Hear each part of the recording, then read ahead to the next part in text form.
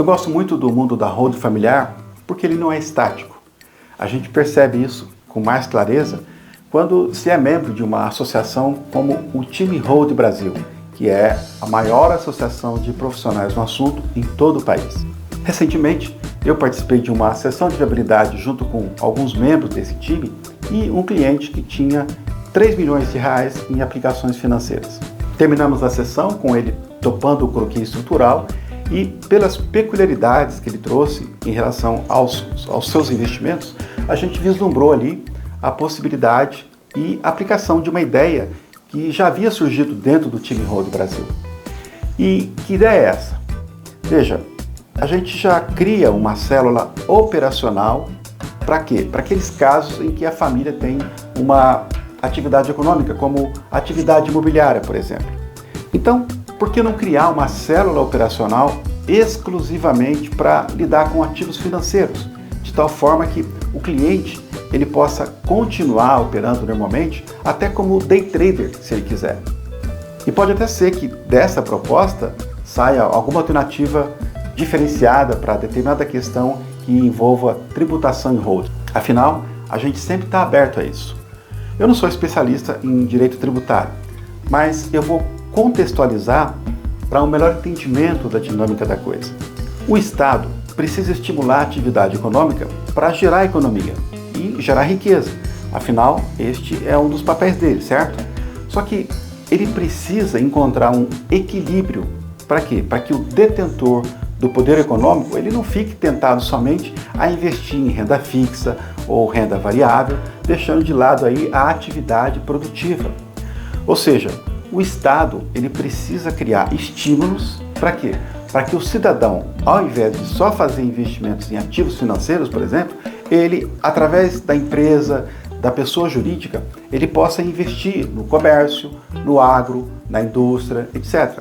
Só que, muitas vezes, ao invés de o Estado criar mecanismos que facilitem esses últimos investimentos que eu citei, por exemplo, ele bota um freio nos investimentos da pessoa jurídica, nos ativos financeiros, e aí ele vai tributando de forma feroz esses investimentos.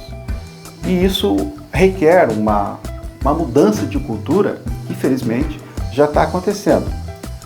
Por exemplo, pelo que eu tenho ouvido falar de alguns assessores financeiros, os chamados fundos de previdência, que são aplicações mais modernas, não vêm sendo objeto de uma tributação tão feroz quanto as aplicações clássicas, como as LCIs, as LCAs, que são as letras de crédito imobiliário e as letras de crédito do agronegócio.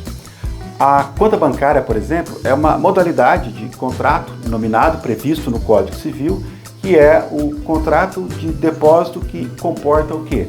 Titularidades diversas. Daí a possibilidade de uma conta conjunta, por exemplo.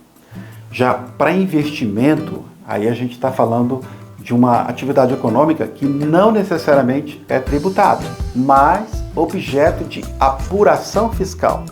Então, nas vezes em que ela não é tributada, normalmente é fruto de uma isenção ou imunidade tributária.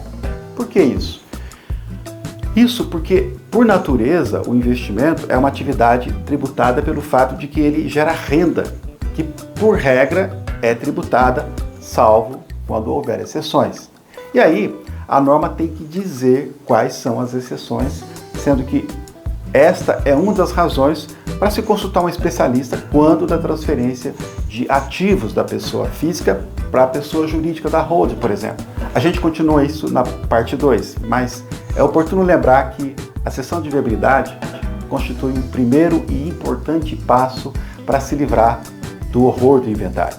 Os passos seguintes são igualmente simples nessa jornada em prol da sua holding familiar. É aquela empresa destinada exclusivamente à guarda e proteção do acervo patrimonial da família, que faz parte de um sistema que garante uma sucessão eficaz nos moldes desejados pelos patriarcas, os donos da holding, com a consequente dispensa do inventário. Clique no link da descrição desse vídeo e saiba mais. E aí, vai procrastinar ou vai resolver?